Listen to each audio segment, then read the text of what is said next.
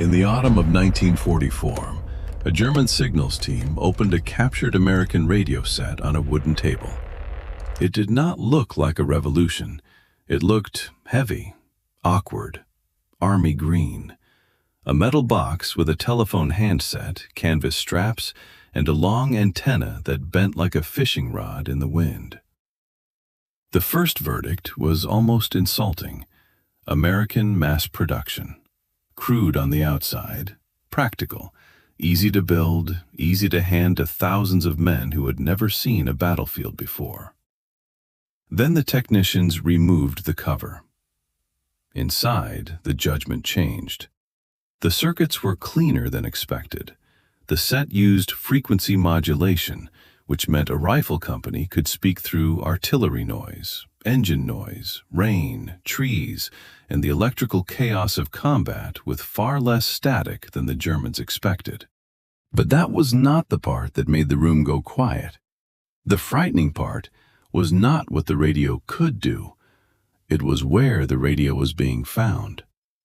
Not locked inside a division headquarters, not guarded in a corps command post, not reserved for a specialist miles behind the front. It was turning up with ordinary American infantry, a sergeant in a ditch, a lieutenant behind a hedgerow, a radio operator crawling through mud with a 35-pound box on his back. And to the German officers reading the reports, that detail meant something far bigger than equipment. It meant the Americans were not simply carrying more machines into battle. They were changing who was allowed to command the battle. This is not really the story of a radio. It is the story of a military system discovering, too late, that speed was no longer created only by tanks or engines or drilled formations. Speed could be created by trust. Trust that a man at the very front could see what the headquarters could not. Trust that his voice could reach the guns.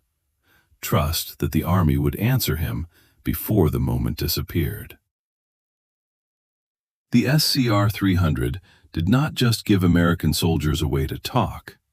It gave the battlefield a nervous system.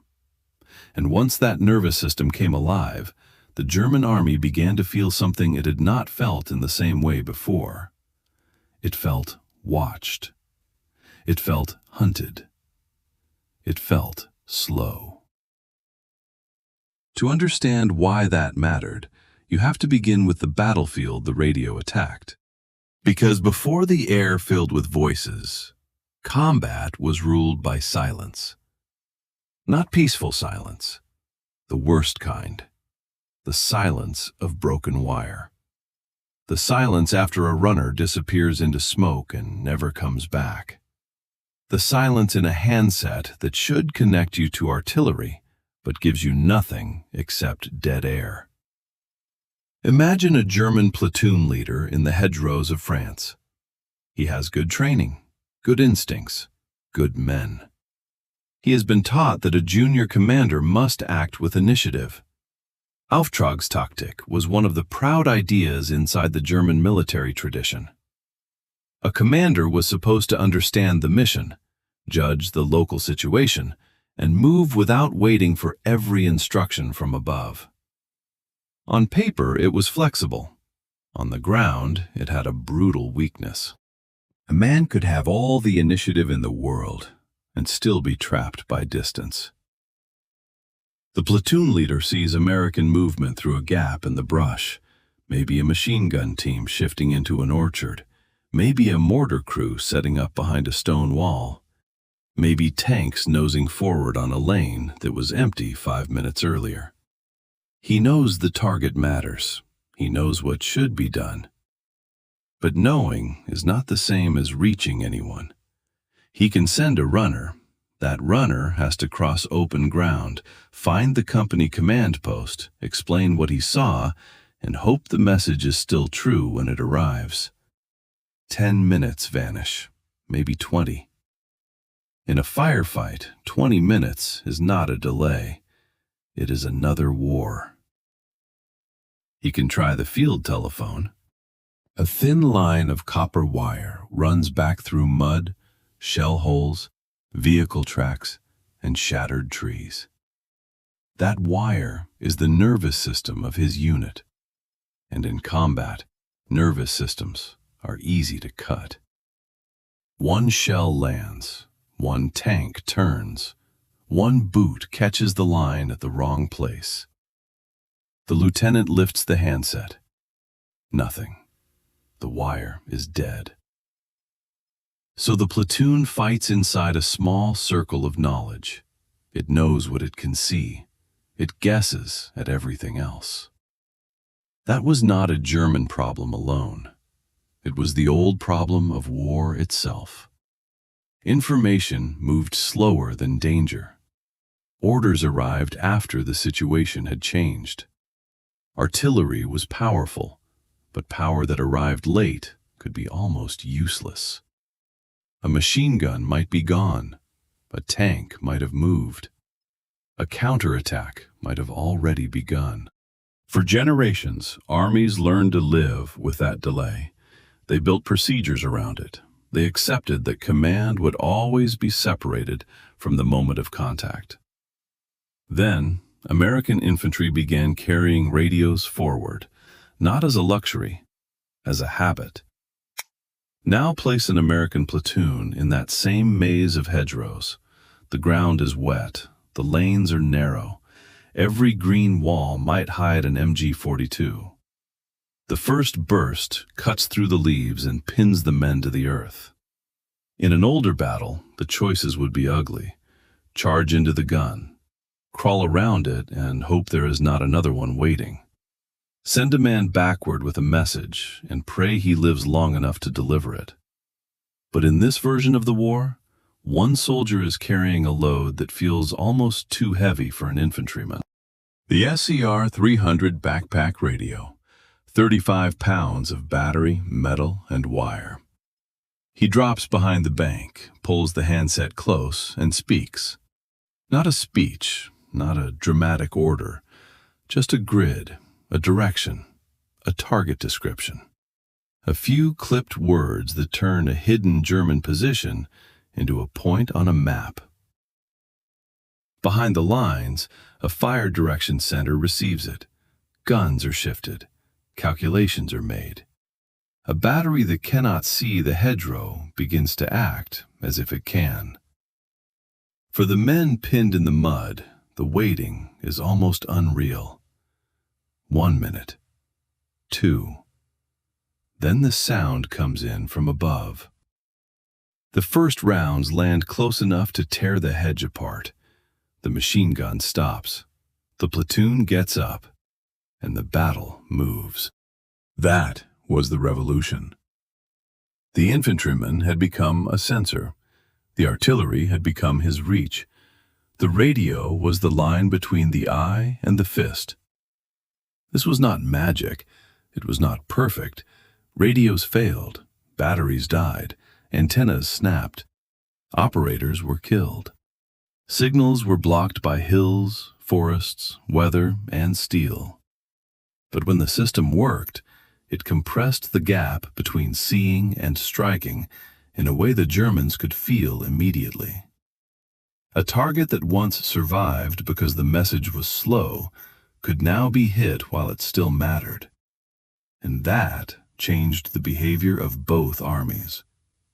American soldiers began to expect the battlefield to answer them. A platoon pinned by a machine gun could ask for mortars. A company stopped by a strong point could call artillery. A tank commander blind inside his steel hull could be talked onto a target by an infantryman lying in a ditch. That last part mattered more than it sounds. In Normandy, a tank often had less vision than the men around it. From inside a Sherman, the world narrowed into periscopes, slits, dust, and guesswork. A German anti-tank gun could be hidden in a barn, a tree line, or the corner of a village, and the tank crew might not see it until the first round hit. But an infantryman on the ground could see the muzzle flash. He could see the danger. With a small SCR-536 handy-talkie, He could talk directly to the armor nearby. "Barn on your left, second window, traverse right, fire!" The tank became the fist of the infantry. The infantry became the eyes of the tank.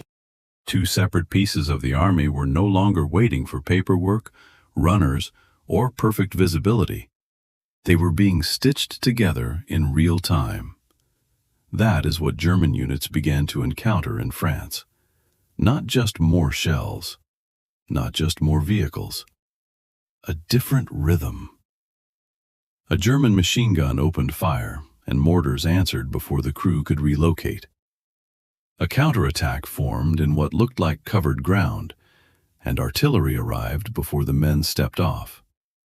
A road junction was used once, and then it became dangerous, because some American observer had seen movement, spoken into a handset, and turned a place into a target. At first, German explanations stayed inside familiar categories: spies, French civilians, aircraft. Maybe the Americans had more observation posts than expected. Maybe their artillery planning was simply better. Those explanations were comforting because they made the problem local. Find the spy, hide from the aircraft, silence the observer. But the captured equipment and intercepted traffic pointed to something larger. The Germans were not facing a few hidden eyes. They were facing thousands of small voices.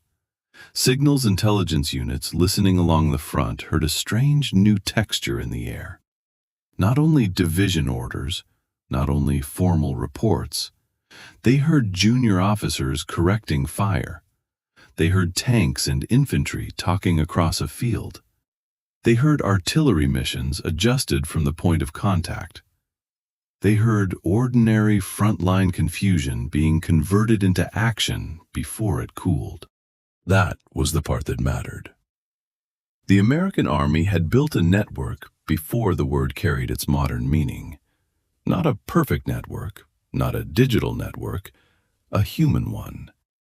Radios, maps, call signs, fire direction centers, trained observers, flexible procedures, and a command culture willing to let young men make urgent decisions close to the target. The Germans understood command as a serious art. They were not stupid. Their army had produced brilliant operational methods and dangerous tactical leaders. But their structure still leaned on layers of authority, scarce resources, and a chain that often had to move upward before power could come down. An artillery request might have to climb from platoon to company, from company to battalion, from battalion to a liaison or fire unit, then descend again as an order. That system could be careful. It could be disciplined.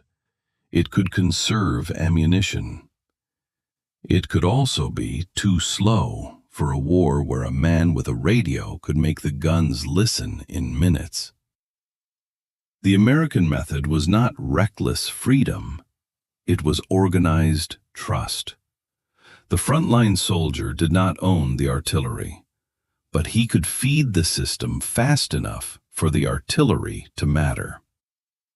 That is the difference between having firepower and using firepower at the speed of combat. A warehouse full of shells is industrial power. A battery that answers a sergeant before the German gun moves is battlefield power. The SCR-300 helped convert one into the other. And because the set was mobile, the network could bend without breaking. Telephone wire tied command to geography. A radio tied command to a person. If the person crawled forward, the voice moved forward. If the unit shifted left, the connection shifted left. If the road was cut, the signal might still pass over it. That was why the radio frightened German analysts. It attacked not only their positions, but their sense of timing. The Wehrmacht had often thrived in chaos because it trained men to act within chaos. The Americans were doing something different. They were trying to reduce the chaos itself, not eliminate it. No army eliminates the fog of war. But a radio can punch holes through it. A few words can carry sight across a mile. A call sign can connect a ditch to a gun line. A coordinate can make a hidden enemy visible to men who never see him. And once that started happening, again and again, German soldiers felt the battlefield becoming hostile in a new way. Not just dangerous, responsive. As if the ground reported them. As if every time they exposed themselves, the air carried the news. But radios have a curse. Anything that speaks can be heard. The same device that let American units command faster also gave German listeners something to hunt. The German army was excellent at signals intelligence. Its listening companies, often called Hork units, spread along the front with receivers, logs, headphones, and direction-finding equipment. When an American operator transmitted, he was not only asking for help, he was making a mark in the air. With enough listening posts, that mark could be triangulated. A voice could become a location. A location could become a target. That created a brutal paradox for American radio men. Silence could leave a platoon isolated. Speech could bring German shells. The antenna that saved lives could also attract fire. Forward observers, radio operators, and command posts became valuable targets because they were the joints of the network. Break the joints, and the army slowed. German units learned to listen for patterns.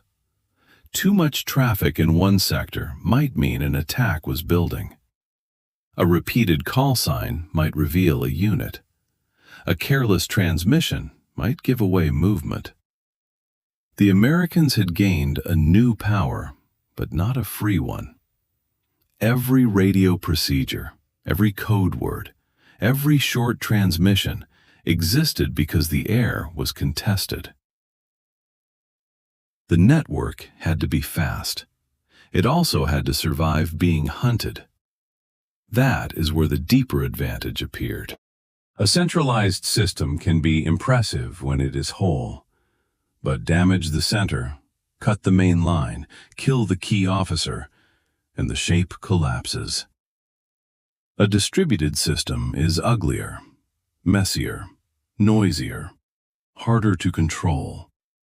But it can keep breathing after pieces are broken. The American radio net was exactly that kind of thing. If one wire was cut, voices could still move. If one road was blocked, another station might still hear. If one observer was killed, another man might pick up the handset. It was not indestructible. It was resilient, and the Ardennes would prove the difference.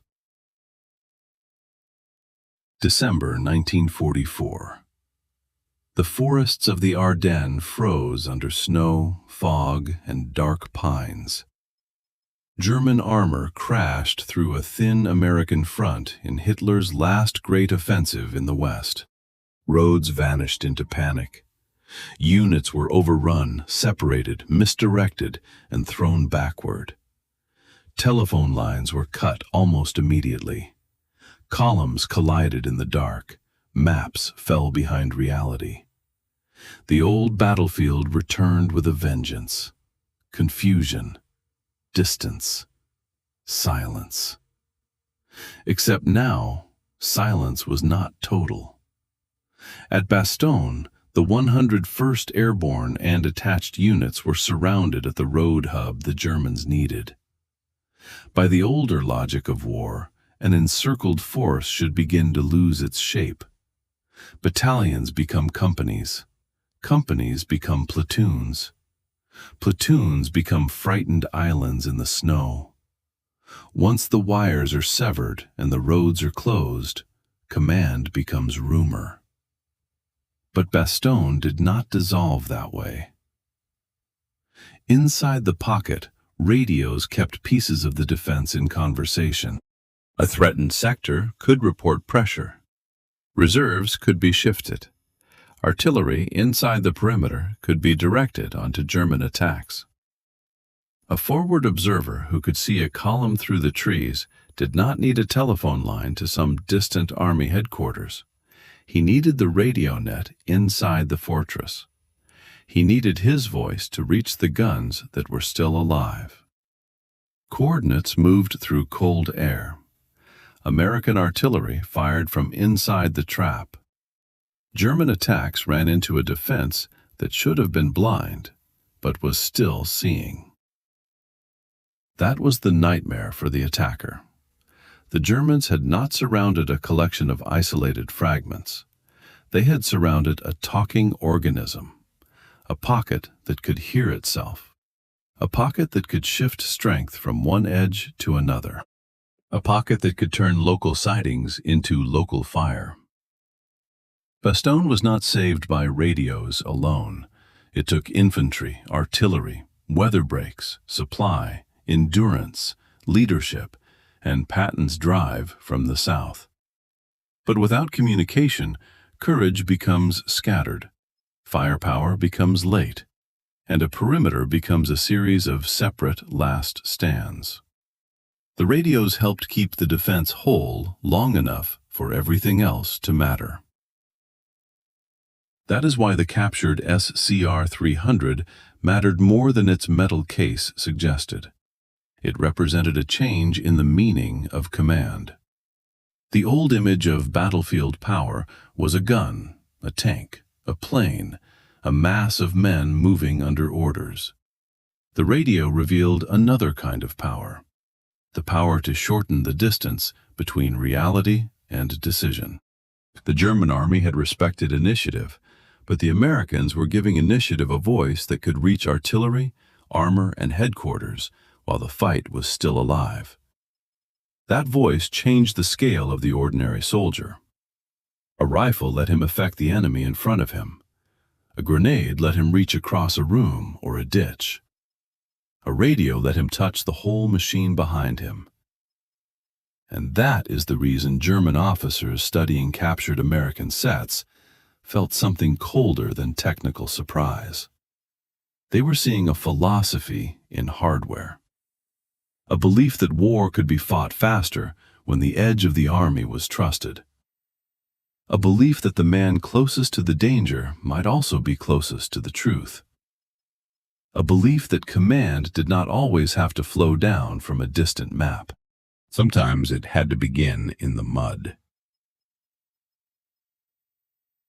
The SCR-300 was not the loudest weapon of the Second World War. It did not flatten cities. It did not tear open armor. It did not look heroic in a photograph. It was a box on a man's back, heavy, awkward, vulnerable. But when that man lifted the handset and spoke, the battlefield changed shape. The radio did not make one soldier louder. It made the whole army answer him.